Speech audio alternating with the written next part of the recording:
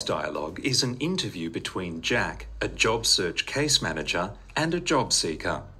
The interview takes place in Jack's office at Job Active. यति भन्नु नि हजुर यो पनि ठ्याक्कै यो यति नै भन्छ यो भनेपछि हजुर अब थाहा पाउनु भयो क्या यो इम्प्लिमेन्ट रिलेटेड छ भने hi everyone welcome back to Sanjay Joy अनि आजको भिडियोमा चाहिँ म नाटी सीसीएल टेस्टको बारेमा कुरा गर्नेछु नाटी चाहिँ what I found is what the easiest way to get 5 point है तपाईले यदि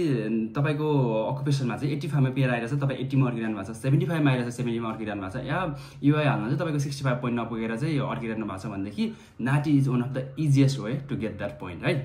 अनि यो भिडियोमा चाहिँ मैले नाटीको बारेमा सुरुदेखि कसरी अब धेरै कुरा नाटीको बारेमा थाहा हुँदैन किनकि पीटीको हामीलाई थाहा भइरहेको हुन्छ नाटीको खासै थाहा हुँदैन सो मैले नाटीको सुरुदेखि लास्टसम्म भनेको हजुरको प्रिपरेसन कसरी गर्ने मोड्युल कुन कुन हुन्छ त्यसपछि हजुरको के अरे कुन कुन इम्पोर्टेन्ट हुन्छ तपाईले कहाँबाट प्रिपरेसन गर्न सक्नुहुन्छ देखि लिएर कस्तो छ नाटीको एक्जाम कसरी दिने हो भन्ने कुरा सबै कुरा भन्नेछु यो भिडियोमा so if you are going to give exam soon or if you are planning to give exam then this video will add a value to you so video लास्टसम्म हेर्नु होला लेट्स स्टार्ट द भिडियो है त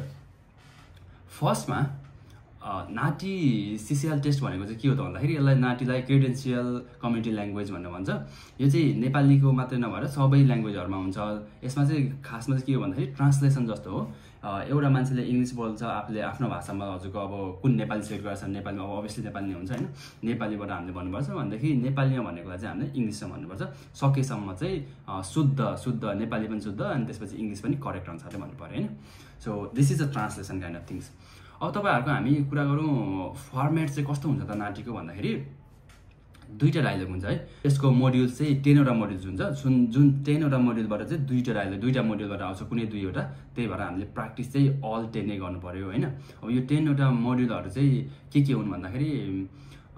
अब म यहाँ हजुर स्क्रिनमा देख्न सक्नुहुन्छ health legal community education immigration and citizenship social service housing business employment and consumer affairs भन्ने हुन्छ टोटल 10 हैन अब यो हाउसिङमा हेल्थमा कस्तो कस्तो सोध्छ भनेर मैले यो सब टपिक भनेर राखेको छु त्यो भित्र हैन तपाईहरुको त्यही भएर सोध्ने हो अनि अब यो 10 वटा मध्येबाट कहिलेकाहीँ अब कम्युनिटी र इमिग्रेसनको आउन सक्छ हैन कहिलेकाहीँ चाहिँ अब हजुरको सोशल सर्भिस र हेल्थको आइदिन सक्छ कहिलेकाहीँ अब हजुरको इम्प्लोयमेन्ट र इमिग्रेसनको आउन सक्छ यसरी आउँछ दुईवटा डायलग आउँछ जम्मा हैन अनि अब दुईवटा डायलग हुन्छ तर दुईवटा डायलग भित्र चाहिँ हजुरको फेरि अर्को सेगमेन्टहरु हुन्छ एउटा डायलग भयो हैन अब एउटा डायलगमा 14 वटा सेगमेन्ट मैले अघि भनेको थिएँ नि 14 वटा सेगमेन्ट भनेको चाहिँ के भन्दा यो 1 2 3 4 5 6 7 8 9 10 11 12 यसमा 12 वटा मात्र रहेछ 12 वटा भयो नि त यसलाई चाहिँ सेगमेन्ट भन्छ के 12 वटा सेगमेन्ट भयो अब यो 12 वटा सेगमेन्टबाट चाहिँ हजुरले एउटामा चाहिँ रिपिट गर्न पाउनु भयो जस्तै यो 2 को हजुरले बुझ्नु भएन 1 को हजुरले सुरुकै बुझ्नु भएन गुड आफ्टरनुन आई एम करेन ब्ल्याक द प्रिन्सिपल यो भनेर बुझ्नु भएन भने हजुरले एकचोटी चाहिँ रिपिट गर्न पाउनुहुन्छ क्या यो चाहिँ है त म हजुरलाई एउटा एक्जाम्पल दिने भए इंग्लिशमा एउटाले ल सुरुमा स्टार्ट भयो डायलग स्टार्ट भयो Dialogue.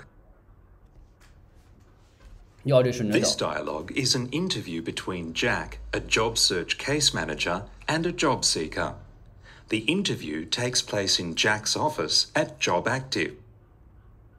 यति भन्नु नि हजुर यो पनि ठ्याक्कै यो यति नै भन्छ यो भनेपछि हजुर अब थाहा पाउनु भयो क्या यो इम्प्लिमेन्ट रिलेटेड छ भनेर किनकि अब हजुरले अब यति भनिसक्दाखेरि चाहिँ ज्याक भन्ने सुरुमा त्यो याद गर्नु पर्यो हैन इम्प्लोयमेन्टको लागि गरिरहेको छ त्यो याद गर्नु पर्यो भने चाहिँ इम्प्लोयमेन्टबाट रहेछ यो डायलग ज्याक भन्ने चाहिँ जब खोज्ने यस्तो रहेछ भनेर त्यो चाहिँ सुरुमा याद गर्ने है अनि त्यसपछि अब सुरु हुन्छ dialogue The dialogue begins now. Hello, I'm Jack. Thank you for coming in. So अब यति भन्छ चाहिँ अब हजुरले चाहिँ 5 सेकेन्डमा अराउन्ड 5 सेकेन्डमा चाहिँ हजुरले अब रिप्लाई गर्नु पर्यो क्या यसलाई नेपालीमा रिप्लाई गर्नु पर्यो है किनकि इंग्लिशमा बोल्यो नि त अब हजुरले नेपालमा के भन्ने नमस्कार मेरो नाम ज्याक हो तपाई भित्र आउनुहोस् यसरी भन्ने हैन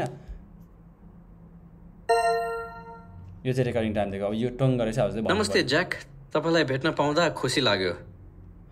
अब यो नेपालीमा भन्नु नि त यसलाई चाहिँ अब हजुरले इंग्लिशमा भन्नु पर्यो अब यसलाई कसरी भन्ने इंग्लिशमा भन्दाखेरि hi Jack happy to meet you यसरी भने सक्यो यति नै हो हैन ट्रान्सलेसन त हो अब त्यो भइसक्यो अब फेरि अब यति भन्छ चाहिँ अब ज्याकले अरु केही भन्छ नि त इंग्लिशमा She's on holidays, but I have already looked at your file and just need to discuss a few things with you. अब यो भन्नु नि त हैन अब फेरि उले इंग्लिशमा भन्नु यसलाई फेरि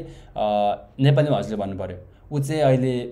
बिदामा छिन् तर मैले तपाईँको मिसिल चाहिँ हेरिसकेको छु भनेर यसरी भन्नु पर्यो फेरि उसले अर्कोले नेपालीमा भन्छ हजुर त्यसलाई इङ्ग्लिसमा लानु पर्यो अब यस्तो चाहिँ हजुरको अब यो चाहिँ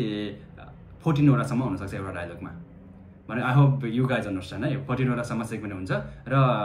ओड चाहिँ अब एउटा सेगमेन्टमा चाहिँ त्यस्तो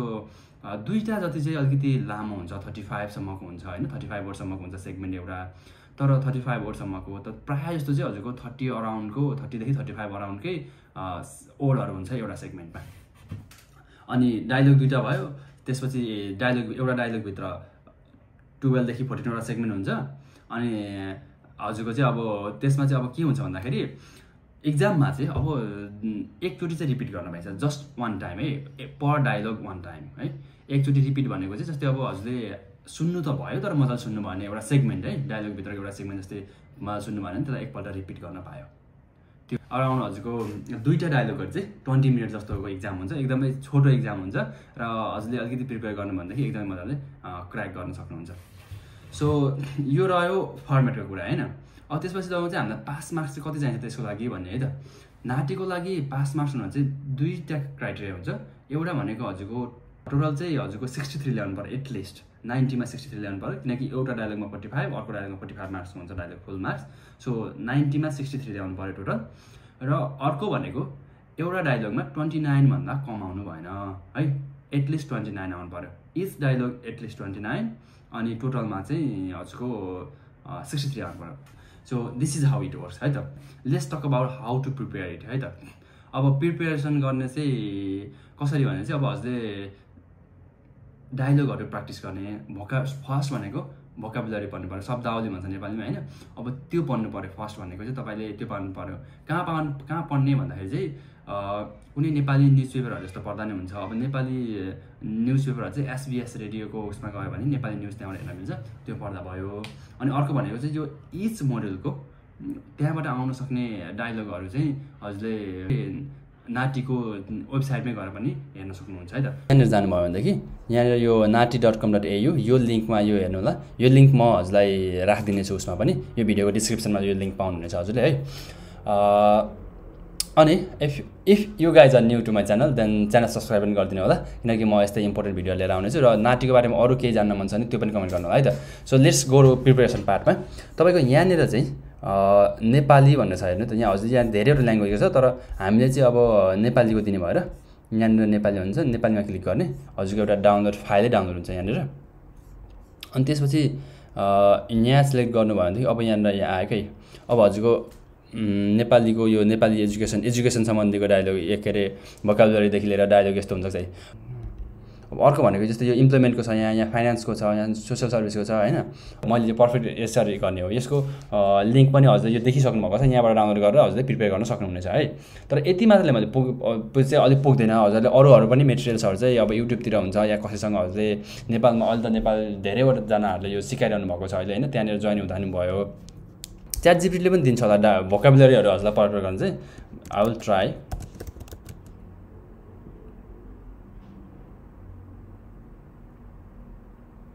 Can you provide all emoji module vocabulary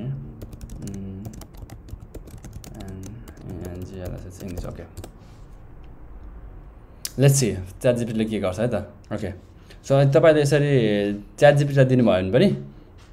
ChatGPT ले भन्छ क्या भोकाबुलरीको लागि टेन्सन लिनु पर्दैन यहाँ हेर्नु ल मैले यसरी पनि प्रिपेयर गरेको थिएँ अपोइन्टमेन्टको भेटघाट समय दिने प्रिस्क्रिप्सनको औषधि डायग्नोसिसको रोकथाम ट्रिटमेन्टको उपचार फेभरको ज्वरो